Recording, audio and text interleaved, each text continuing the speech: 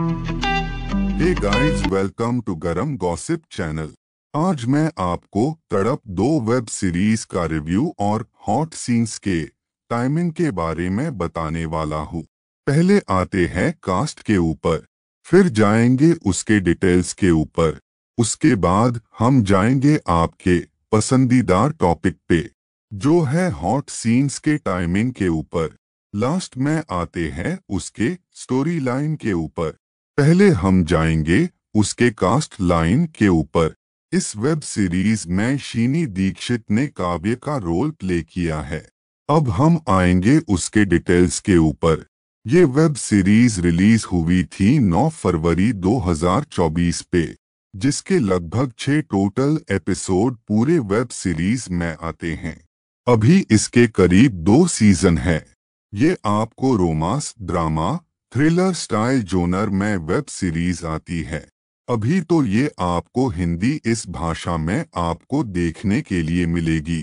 अगर आपको देखना है वेब सीरीज को तो आपको अतरंगी OTT प्लेटफॉर्म पर देखने के लिए मिलेगी।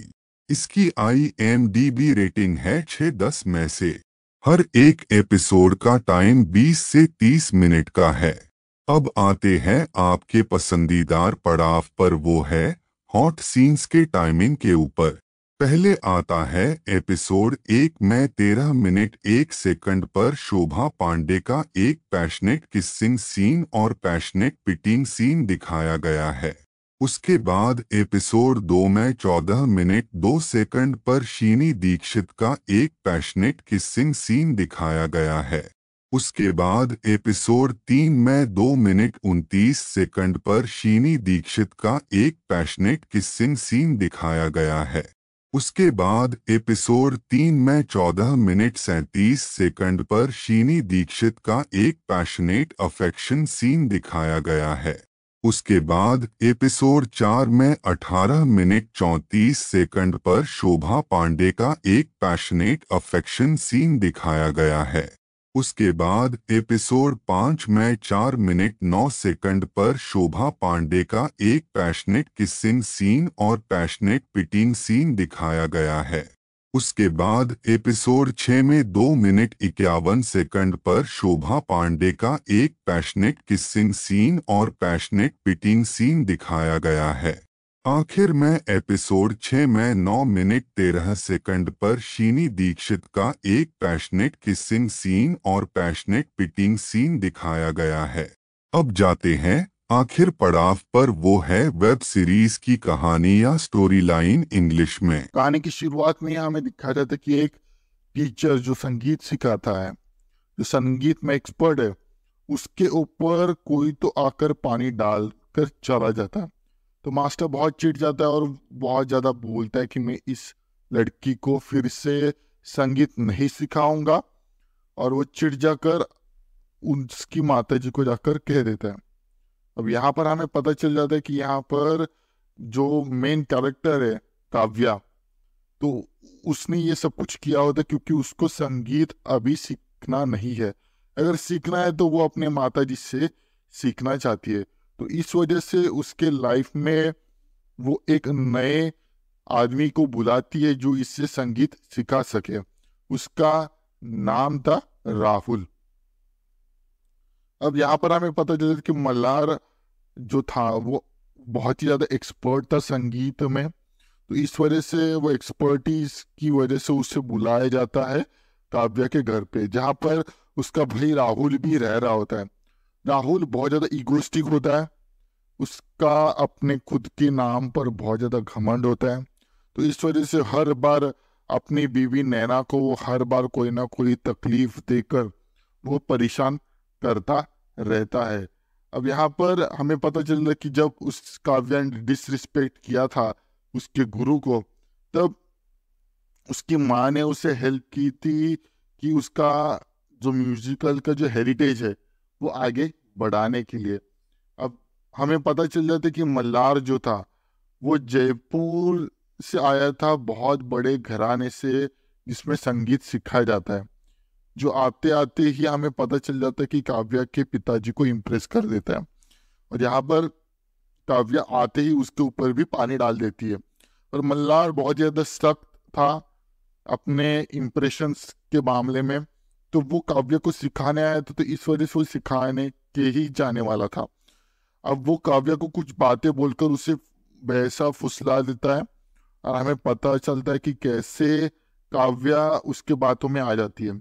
स्टोरी आगे बढ़ती है जहां पर वो लास्ट में एक छोटा सा नाइट आर्ट रख कर उसके पिताजी को इम्प्रेस कर देता है, एक्सप्रेस कर देता है म्यूजिक के बारे में। अब स्टोरी आगे बढ़ती है जहां पर काव्या को रिवेंज लेना था मल्हार से, क्योंकि हर बार मल्हार की वजह से उसका जो सीखने का जो भाव था उसको सीखना ही नहीं था।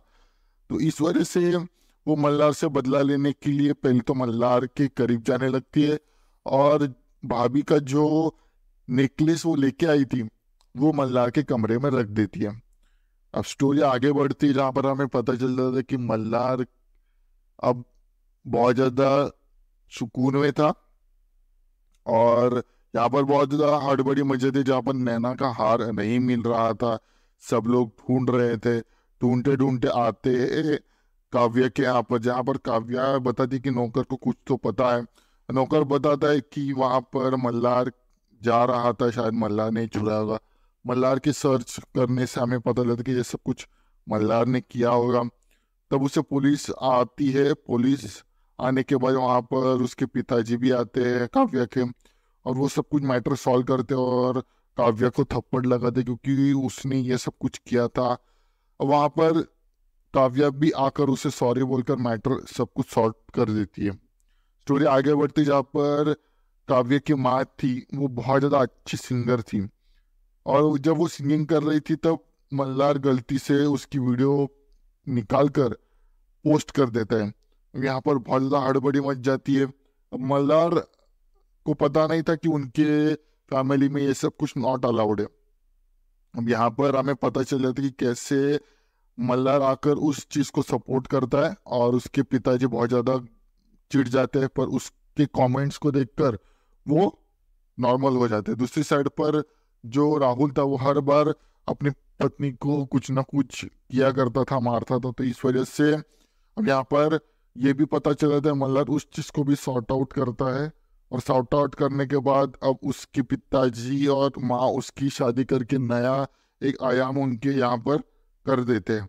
लास्ट में हमें दिखाया जाता है फर्स्ट पार्ट में कि कैसे यहाँ पर उसके पिताजी को सब कुछ जेलस फील होने लगता है काव्या और मल्हार की बारे में। तो इस वजह से वो उसे लेने लाने के लिए कुछ गुंडों को भेज देते हैं, और इसी मिक्स फीलिंग के साथ पार्ट 1 यहाँ पर खत्म हो जाता है। Thank you for watching this video. बाकी का जो भी कुछ है हमारा एआई आपको टोटल और डिटेल बता ही देगा। थैंक्स वीडियो पूरा देखने के लिए। Next hot and spicy video के लिए कल मिलते हैं, same time same channel but different subject के साथ। तब तक के लिए good bye and take care.